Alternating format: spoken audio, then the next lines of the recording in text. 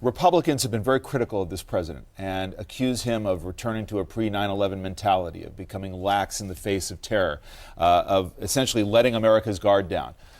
Former Vice President Dick Cheney said this to Politico this past week. Let me put his comment up on the screen. As I've watched the events of the last few days, it is clear once again that President Obama is trying to pretend we are not at war.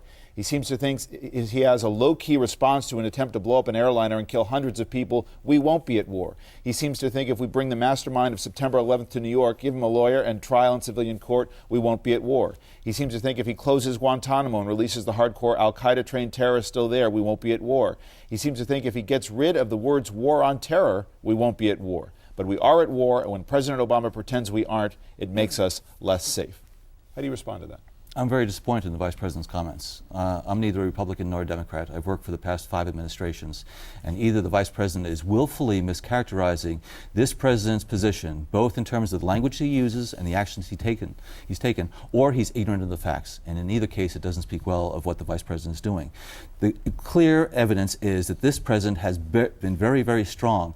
In his inaugural address, he said, we're at war with this international network of terrorists. We continue to say that we're at war with al-Qaeda. We're trying to give it some clarity, and we have taken the fight to them. We've continued, in fact, many of the activities of the previous administration.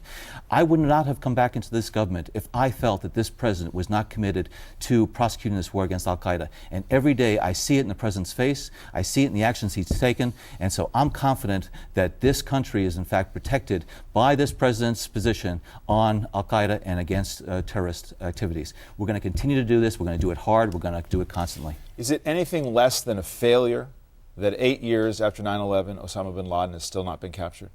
This is something that has bedeviled this government for many, many years. We're going to continue to hunt him down.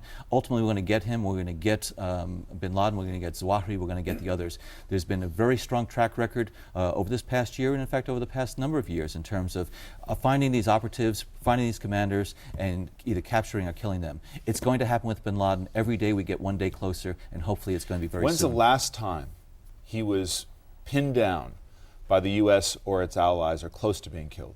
Well, I think, you know, the evidence is that Tora Bora, we came very close, in fact, to finding him, getting him, and capturing him. Intelligence is working every day on this, and I'm not going to go into that, but there are some dedicated men and women, and I think just the events this past week, the tragic death of 7 CIA officers, underscores just the bravery and the risk that these courageous men and women who put their lives on the line every day on behalf of their fellow Americans. And we have that throughout the intelligence community. And I think we have to remember who the enemy here is. The enemy is al-Qaeda.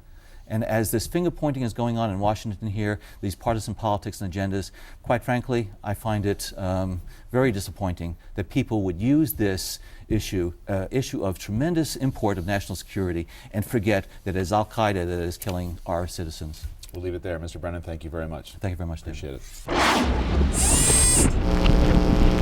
it.